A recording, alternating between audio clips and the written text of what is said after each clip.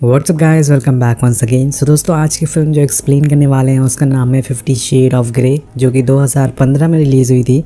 ये कहानी एक अरबपति लड़के की है जिसकी उम्र सिर्फ 27 साल है। उसे एक लड़की से प्यार हो जाता है और क्या वो उसे हासिल कर पाता है या नहीं, ये कहानी इससे कहीं कुछ ज़्यादा बयां करती है। तो चलिए मूवी की शुरुआत करते हैं। मूवी शुरुआत होती है और हम एक 27 साल के बिलियनर लड़के को दिखाया जाता है और हम इस लड़के को क्रिस बुलाएंगे। क्रिस एक अरबपति है और उसने अपने दम पर ये सारी कामयाबी हासिल करी है। दूसरी तरफ हम एना को देखते हैं जिसकी उम्र 21 साल होती है, जो कि अभी वॉशिंगटन स्टेट यूनिवर्सिटी में पढ़ाई कर रही है। वो अपने रूममेट केट के साथ रहती है और यहाँ हमें पता चलता है कि आज केट को क्रिस का इंटरव्यू लेना है, लेकिन उसकी कुछ तबीयत ख़राब है। इस वजह से वो एना से बोलती है कि क्या वो क्रिस का इंटरव्यू लेने जा सकती है। काफ़ी मनाने के बाद एना वहाँ जाने के लिए तैयार हो जाती है। जब एना क्रिस के ऑफिस पहुँचती है तो वो काफ़ी आलीशान और खूबसूरत होता है। एना ये सब देखकर थोड़ा घबरा जाती है क्योंकि वो बहुत ही सिंपल और स्वीट सी लड़की होती है, बहुत ही शरीफ टाइप की बोल सकते हैं। अब फाइनली यहाँ पर क्रिस और एना का इंटरव्यू चालू होता है। दोस्तों, ये scene one of the best scene है मूवी का, अगर आप देखते हैं तो। अब एना को पहले लगता था कि क्रिस के अंदर बहुत एटीट्यूड है, वो पैसे वाला है, तो हो सकता है कि उसके अंदर घमंड हो। लेकिन जैसे जैसे वो उसे बातें करना चालू कर देती है, उसे क्रिस की सच्चाई पता चलती है कि क्रिस बहुत ही सिंपल और हार्ड वर्किंग मैन है। उसने अपने दम पर ये सभी चीज़ हासिल करी है। अब यहाँ पर ये इंटरव्यू सिर्फ 10 मिनट का होता है, लेकिन ये दोनों एक दूसरे को पसंद करने लगते हैं धीरे धीरे अपनी बातों से, और इनको 10 मिनट का टाइम पता नहीं चलता कि वो टाइम कब बीत गया है और ये इंटरव्यू उससे लंबा होता चला जाता है। क्रिस एना से पूछता है कि वो क्या करती है, तो एना उसे बताती है कि वो कॉलेज में पढ़ाई कर रही है। क्रिस उससे बोलता है कि वो उसके ऑफिस में ज्वाइन कर सकती है कॉलेज के बाद, लेकिन एना यहाँ पर मना कर देती है क्योंकि उसे लगता है कि वो यहाँ ऑफिस में फ़िट नहीं हो पाएगी इन लोगों के साथ। अब यहाँ पर काफ़ी सारी बातों के बाद इनका इंटरव्यू ख़त्म हो जाता है और एना वहाँ से चली जाती है। जब एना अपने रूम में पहुँचती है तो केट उसे पूछती है कि तुम्हारा इंटरव्यू कैसा रहा, तुम्हें क्रिस कैसा लगा। तो एना बोलती है कि वो बहुत ही स्मार्ट और क्लीन है। वेल, यहाँ पर क्लीन का क्या मतलब मुझे तो समझ नहीं आया। अब इन सब बातों को सुनने के बाद केट को समझ आ जाता है कि एना क्रिस को पसंद करने लगी है। अब एना क्रिस के बारे में सोचती रहती है, वो अपने क्लासेस में भी उसी के ख्यालों में खोई रहती है। हम देखते हैं कि अगले दिन अचानक से क्रिस एना के शॉप पे पहुंच जाता है क्योंकि वो भी कहीं ना कहीं उसे पसंद करने लगा था जहाँ पे वो काम करती थी। एना उसे देख के काफ़ी ज़्यादा शौक हो जाती है। तो क्रिस्टीन, जो कि क्रिस है, बोलता है कि वो यहाँ से गुजर रहा था और उसने एना को देखा, इसलिए वो यहाँ पर कुछ सामान लेने के लिए आ गया। अब यहाँ पर वो कुछ सामान खरीदता है और जाने लगता है। तो एना उससे बोलती है कि उसके इंटरव्यू के लिए क्रिस की कोई फ़ोटो नहीं है, तो क्या वो फ़ोटो शूट करवा सकता है। फ़ोटो शूट होना चालू हो जाता है जहाँ पे एना भी होती है। इस फ़ोटो शूट होने के बाद एना क्रिस के साथ कॉफ़ी पीने जाती है जहाँ पे उन दोनों में काफ़ी बातें होती हैं। तो एना अपनी मॉम के बारे में बताती है कि उनकी 2 शादी हो चुकी है और उन्होंने अब तीसरी शादी करी है, और वो अपने बारे में भी बताती है कि वो बहुत ही स्वीट और सिंपल है। उसकी ये सब बातें सुन के क्रिस को लगता है कि वो उसके टाइप की नहीं है। इस वजह से क्रिस यहाँ से जाने लगता है। तो वो दोनों रास्ते में होते हैं। तो एना उसे पूछती है कि क्या तुम्हारी कोई गर्लफ्रेंड है। तो वो बोलता है कि मैं इन सब चीज़ों पे यकीन नहीं करता, मुझे डायरेक्ट सेक्स करना पसंद है। तभी वहाँ पे एक कार गुजरती है जिससे कि एना और क्रिस्टीन एक दूसरे के क्लोज़ आ जाते हैं। तो अब क्रिस को एना कहीं ना कहीं पसंद होती है, लेकिन उसे लगता था कि एना बहुत ही ज़्यादा भोली है, इसलिए वो उसके लिए सही लड़की नहीं है। तो यहाँ से वो उसको छोड़ के जाने लगता है और उससे बोलता है कि तुम मेरे लिए नहीं हो, तुम्हें कोई और डिज़र्व करता है। अब यहाँ से जाने के बाद, अब ये सारी बातें सुनने के बाद एना भी बहुत ही गुस्सा हो जाती है और उसी रात वो अपनी रूममेट केट के साथ पार्टी करने जाती है और खूब ड्रिंक करती है। वो ड्रिंक करने के बाद क्रिस को फ़ोन करती है और बोलती है कि मैं तुम्हारी सारी महंगी किताबें और जो तुमने मुझे गिफ्ट दिए हैं वो वापस कर रही हूँ, जो कि तुमने भेजी थी मुझे। तो क्रिस को पता लगता है कि एना ने बहुत ही ड्रिंक करी है, इसलिए वो उसे कहता है कि मैं तुम्हें लेने आ रहा हूँ। और इधर हम देखते हैं कि एना का फ्रेंड उसे किस करने की कोशिश करता है, उसके साथ ज़बरदस्ती करने की कोशिश करता है, लेकिन उसी टाइम क्रिस भी यहाँ पर आ जाता है और वो उसे दूर कर देता है। अब एना वहीं पर बेहोश हो जाती है, जिसके बाद क्रिस उसे लेकर अपने होटल में जाता है। जब एना की आँख खुलती है तो वो क्रिस के साथ होटल में होती है और क्रिस उसे बताता है कि हमारे बीच में कुछ नहीं हुआ है, तुम्हें टेंशन लेने की ज़रूरत नहीं है। क्रिस बोलता है कि मैं तुम्हें किस करना चाहता हूँ, लेकिन मैं तुम्हें अभी टच नहीं करूँगा जब तक हम पेपर वर्क ना कर लें। ये सुन के एना थोड़ा सोच में पड़ जाती है क्योंकि वो भी इसे किस करना चाहती थी, लेकिन ये सारा पेपर वर्क उसे समझ नहीं आता कि क्रिस ऐसा क्यों कर रहा है। इसके बाद ये दोनों लिफ्ट से जाने लगते हैं और लिफ्ट में क्रिस्टीन का मूड बिगड़ जाता है और वो एना को बिना पेपर वर्क के किस कर देता है और ये काफ़ी रोमांटिक सीन होता है। इसके बाद क्रिस्टीन एना के रूम में जाता है जहाँ पे वो देखता है कि केट और उसका भाई दोनों एक साथ इंटीमेट हो रहे थे और यहाँ पर इनका अलग ही प्रोग्राम चल रहा था। अब अगले दिन एना अपनी शॉप पर होती है जहाँ पे क्रिस का ड्राइवर उसे लेने के लिए जाता है। तो वो ड्राइवर उसे लेके क्रिस के टेरिस पर जाता है जहाँ पर क्रिस एना को पूरे शहर का टूर करवाने वाला था, वो भी अपने चॉपर से। अब क्रिस अरबपति है तो इसका कुछ तो फ़ायदा होना चाहिए दोस्तों। एना ये सब देखकर बहुत ही खुश होती है। दोनों पूरे शहर को एक्सप्लोर करते हैं, घूमते हैं, काफ़ी मज़े करते हैं और यहाँ पर सॉन्ग बजता है love me like you do, जिसके बाद क्रिस एना को अपने घर ले जाता है जो कि उसके ऑफिस की तरह आलीशान और बहुत ही ज़्यादा खूबसूरत होता है। यहाँ पर क्रिस एना को अपने एक प्ले रूम के बारे में बताता है। तो एना को लगता है कि वो प्ले रूम में प्ले स्टेशन जैसी चीज़ें होंगी, लेकिन यहाँ जब वो उस रूम में जाती है तो वहाँ पर काफ़ी अजीब सी चीज़ें होती हैं जिससे किसी इंसान को सेड्यूस कर सकते हैं या फिर उनको सेक्सुअल प्लेजर लेने के लिए सारी चीज़ें होती है। इसे देखने के बाद एना थोड़ी सोच में पड़ जाती है। एना पूछती है कि ये सब यहाँ पर तुमने क्यों रखा है, तो इनसे क्या हो सकता है। क्रिस्टीन उसे बोलता है कि तुम्हें खुद को मुझे सरेंडर करना होगा, मैं तुम्हें सेक्सुअल प्लेजर लेना चाहता हूँ, ये सारी चीज़ें करना चाहता हूँ।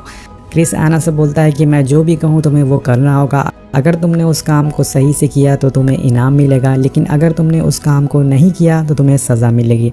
एना बोलती है कि ये सब चीज़ें तुम मुझ पर इस्तेमाल करोगे, तो वो बोलता है हाँ। इसके बाद एना वो अपना रूम दिखाता है और बोलता है कि तुम अलग कमरे में सोगी और मैं अलग कमरे में। एक्चुअल में दोस्तों क्रिस नहीं चाहता था कि कोई भी उसके साथ सोए या फिर कोई भी उसके करीब आए उसको छुए। ऐसा क्यों होता है क्रिस यहाँ पर किसी को भी नहीं बताता है। अब ये सब देखकर एना काफ़ी परेशान होती है क्रिस का थोड़ा अलग बिहेवियर देखकर। इसके बाद क्रिस एना को नीचे लेके जाता है जहाँ पर उनकी काफ़ी बातें होती हैं। फिर एना उसे पूछती है कि जो तुम पेपर वर्क के बारे में बोल रहे थे वो क्या था। क्रिस्टीन बोलता है कि जो भी मैं काम करता हूँ, जो भी मैं सेक्सुअल प्लेजर लेता हूँ वो दोनों की मंजूरी से लेता हूँ, इसलिए मैंने एक कॉन्ट्रैक्ट बनाया है, तुम्हें इस कॉन्ट्रैक्ट पे साइन करना होगा और जिसके बाद ही मैं तुम्हें टच करूँगा, उसके पहले मैं तुम्हें टच नहीं करूँगा। लेकिन ये दोनों बिना कॉन्ट्रैक्ट पे साइन किए हुए इंटीमेट होना चालू हो जाते हैं क्योंकि ये लोग काफ़ी एक दूसरे को लाइक करते हैं। अब जब क्रिस्टीन सुबह सो के उठता है तो एना किचन में डांस कर रही होती है, जिसके बाद वो देख के काफ़ी हंसता है। अब जिसके बाद यहाँ पर क्रिस की मॉम भी आ जाती हैं जिनका नाम होता है ग्रेस। वो एना को देख के काफ़ी खुश होती हैं और उसको डिनर पे इनवाइट करती हैं और उसको इनवाइट करके क्रिस की मॉम यहाँ से चली जाती है। इसके बाद एना क्रिस से पूछती है कि यहाँ पे कितनी लड़कियाँ आ चुकी हैं, तो क्रिस्टीन उससे बताता है कि लगभग 15 से ज़्यादा लड़कियाँ मैं यहाँ पे ला चुका हूँ। तो ये सब सुन के एना बोलती है काफ़ी ज़्यादा है। क्रिस्टीन बोलता है कि हाँ अगर तुम्हें जाना है तो तुम भी यहाँ से जा सकती हो, मैं तुम्हें कोई फोर्स नहीं कर रहा हूँ। लेकिन एना मुझसे मना करती है क्योंकि वो उसे लाइक करती थी। और यहाँ पे हमें पता चलता है कि क्रिस काफ़ी ज़्यादा ओपन माइंडेड है दोस्तों। उसको मतलब डेट वगैरह करना या फिर लव करना ये सब चीज़ें पसंद नहीं है। उसको ज़्यादा से ज़्यादा सेक्सुअल प्लेजर पे यकीन होता है और उसे यही करना काफ़ी पसंद होता है। वो उसका मानना था कि वो अपनी जिससे भी वो प्यार करता है उसे स्लेव बना के रखे, मतलब रियल वाला स्लेव नहीं बल्कि उसको प्लेजर ले सके ऐसा स्लेव उसे बना के वो एना को रखना चाहता था। अब जिसके बाद एना यहाँ से जाने लगती है और नीचे बहुत सारी गाड़ियाँ खड़ी होती है। तो एना क्रिस से पूछती है कि इनमें से तुम्हारी कौन सी है। क्रिस्टीन बोलता है कि ये सारी गाड़ियाँ मेरी है।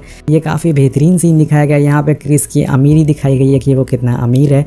इसके बाद क्रिस उसे घर छोड़ देता है और उसे वो कॉन्ट्रैक्ट पेपर भी देता है जिस पे एना को साइन करना होता है। अब जब घर आके एना उस कॉन्ट्रैक्ट में लिखी बातों को पढ़ती है जिसमें लिखा होता है कि बहुत ही अजीब अजीब सी चीज़ें लिखी होती है, जैसे कि एना और क्रिस को एक दूसरे को सर या मैम कहकर बुलाना होगा, उन्हें ज़्यादा ड्रिंक नहीं करनी होगी जब तक वो दोनों एक दूसरे के साथ रिलेशन में है, किसी और के साथ वो घूम नहीं सकते, किसी और के साथ इंटीमेट नहीं हो सकते, ना ही अपनी फैमिली मेम्बर के साथ।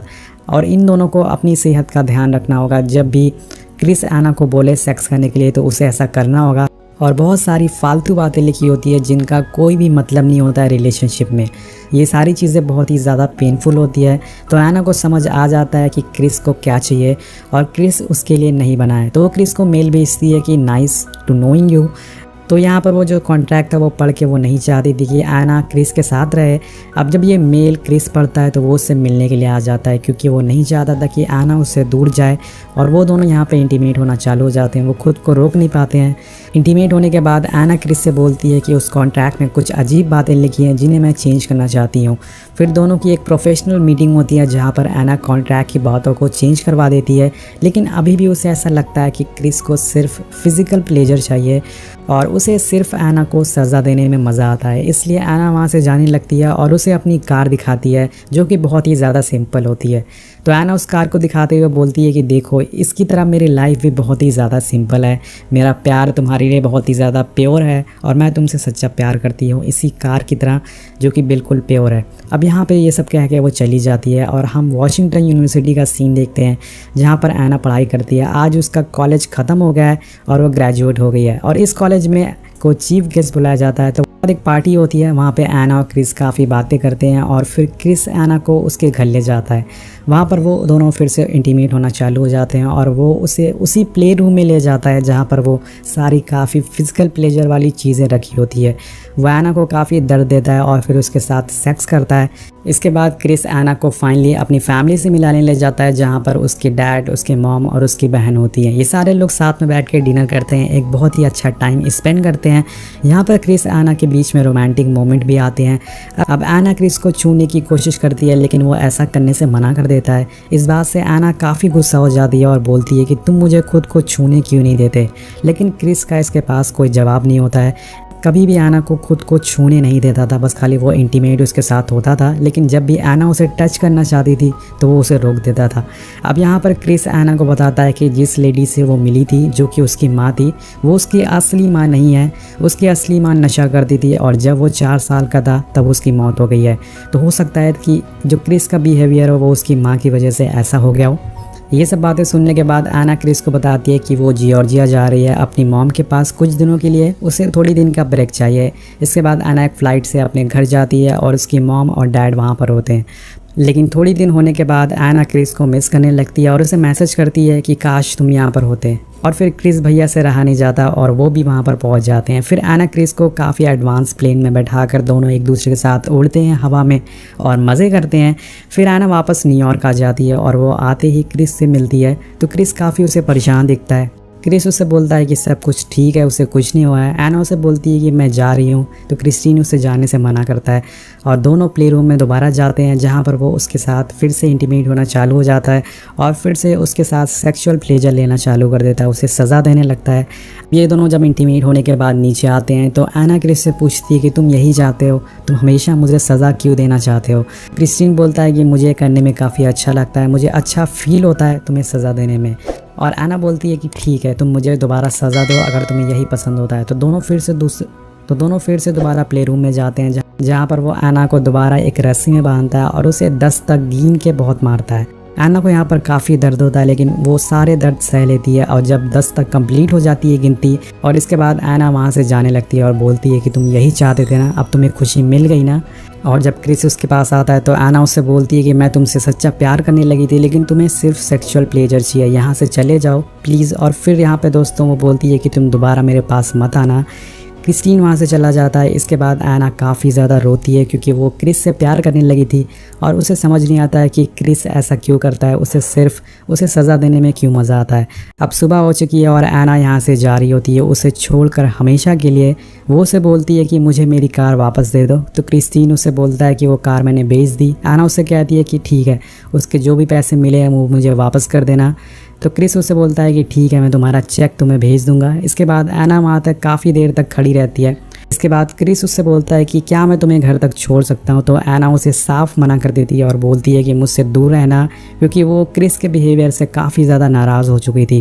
वो कहीं ना कहीं क्रिस से प्यार करती थी लेकिन जैसा उसका बिहेवियर है, जैसा उसको फिज़िकल प्लेजर चाहिए वो उसे वो दे नहीं सकती है। जिसके बाद वो गुस्से में वहाँ से चली जाती है और इसके बाद दोनों काफ़ी एक दूसरे को मिस करते हैं और हर टाइम एक दूसरे के ख्याल में खोए रहते हैं।